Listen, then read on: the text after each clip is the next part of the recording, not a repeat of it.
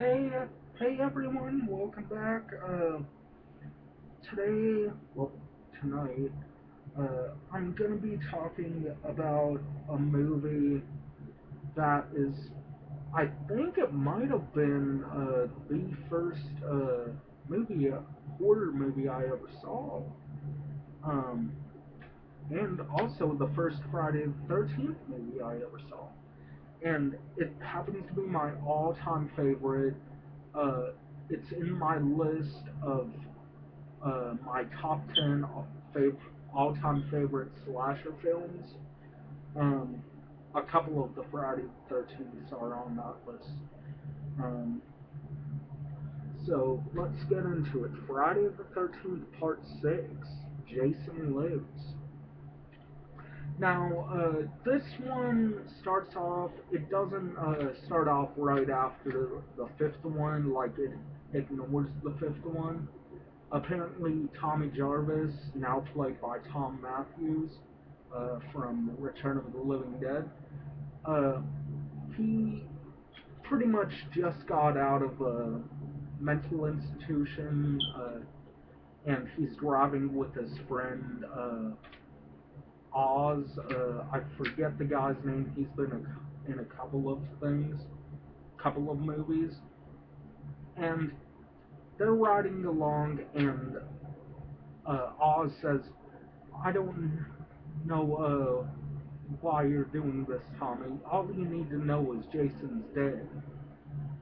Uh, and Tommy's like, "Well, seeing his corpse, no, Oz ends up saying, seeing his corpse won't bring anything to light. Uh, all you need to know is Jason's dead." And then Tommy ends up going, seeing it won't, but destroying it will. And he's got some cans of gasoline in the back of his truck. He's got a match all ready to go, and he's got the hockey mask, and he's got some shovels. So it begins like that, and Tommy ends up going to the cemetery with Oz. They end up digging up the grave of Jason Voorhees, and Jason's dead, deader than dead. Like no way he's coming back. But Tommy loses his freaking lid and ends up stabbing Jason's corpse repeatedly with a gate pipe. And what ends up happening? Something out of Frankenstein. Lightning hits the pool from the gate and ends up giving life back to Jason. Hence the title, Jason Lives. Um, and pretty much Jason ends up walking right out of the grave, ends up uh, taking the hockey mask. Oh, before Tommy stabs Jason with the gate pipe, he ends up throwing in the hockey mask and saying, "Fuck you, Jason." And then, after Jason ends up getting reanimated, he ends up going right up to Tommy and Tommy's trying to light the match, but it ends up raining out. And of course, everybody knows water and fire. Um, and then Oz ends up coming up from behind uh, Jason and plunges a pipe into Jason's stomach, well, back, and Jason ends up turning around like, no, Oz doesn't put anything in his bag. Oz smashes a shovel over Jason's head, and he's like, "What the fuck are you doing?" "No, you did not."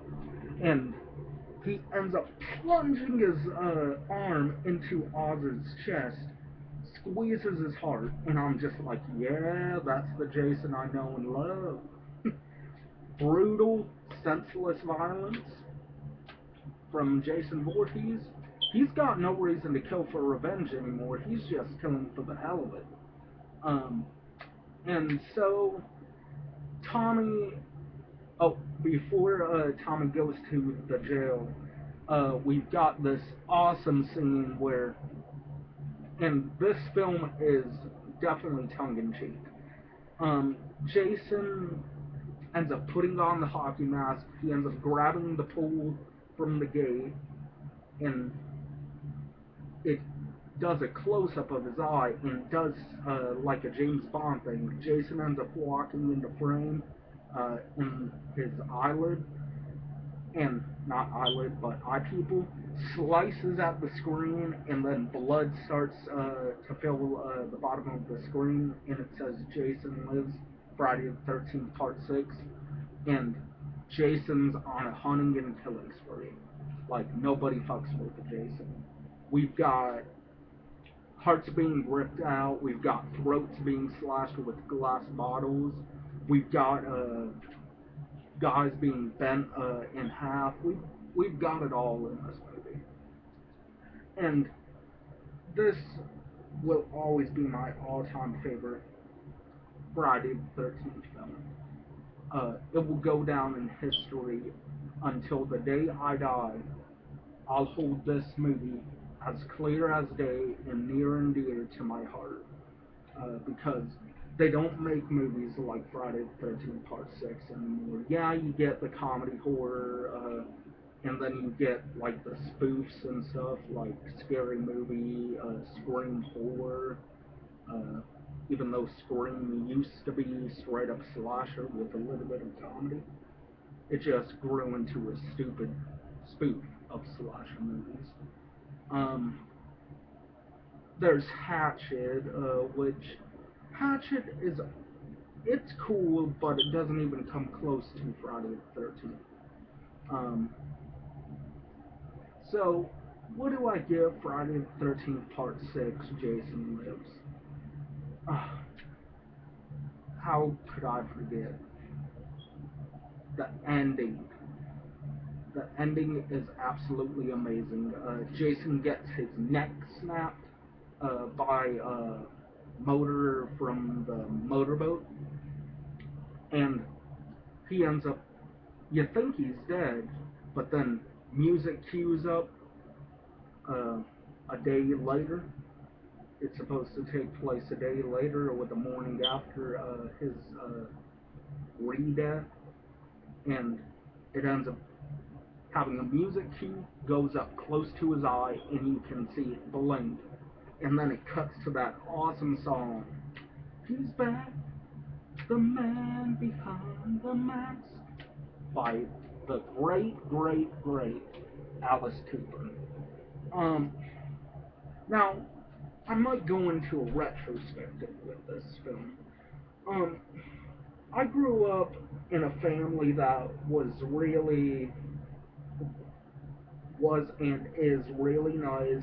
We're a non-violent family, and my mom was always a big fan of Freddy Krueger, and my I always used to spend the weekends with my uncle, and next thing I know, uh, my uncle ends up taking out a tape, and it's a tape of, the cover of it is a hockey mask behind a gravestone that says Jason Lives and has Friday the 13th Part 6 at the top. And I did not know what a Friday the 13th movie was, and I'm only like 40 years old looking at this particular cover and just being mesmerized, like, ooh, what's this? My uncle puts it in, and right then and there, I fell in love with Jason. Like, Jason is the man when it comes to killing. Uh, Jason is my favorite slash slasher out of the entire killers out there in the slasher universe. You got Freddy, Michael, uh, Anthony Perkins playing Norman Bates. You've got Tall Man. You've got them all. You've got the lesser known ones like Harry Warden from uh, My Bloody Valentine. Uh, you've got the even lesser known ones like Radu from Bloodstone, aka Subspecies. You've got them all, but nothing comes close to Jason. He was the first uh, movie killer I ever saw, and it's for that reason alone he will forever be my all-time favorite. So, hopefully you all enjoyed my review over Friday the 13th Part 6. And what do I give it? No less than 10 out of 10. This movie is perfect. Like, they say no movie is perfect, but if you grew up on 80s horror films, uh, this, in my eyes, is the definition of a perfect film. It's most people's favorite Friday the 13th, and it will always be my favorite. So, I'll be back with a review over the very well done, top notch sequel to Part 6, Friday the 13th, The New Blood, aka Friday the 13th, Part 7, 1989, 1988. Yep, 1988. So, hopefully you all enjoyed. This is Psychopath1 signing off. See you in a bit for Friday the 13th, Part 7. Later.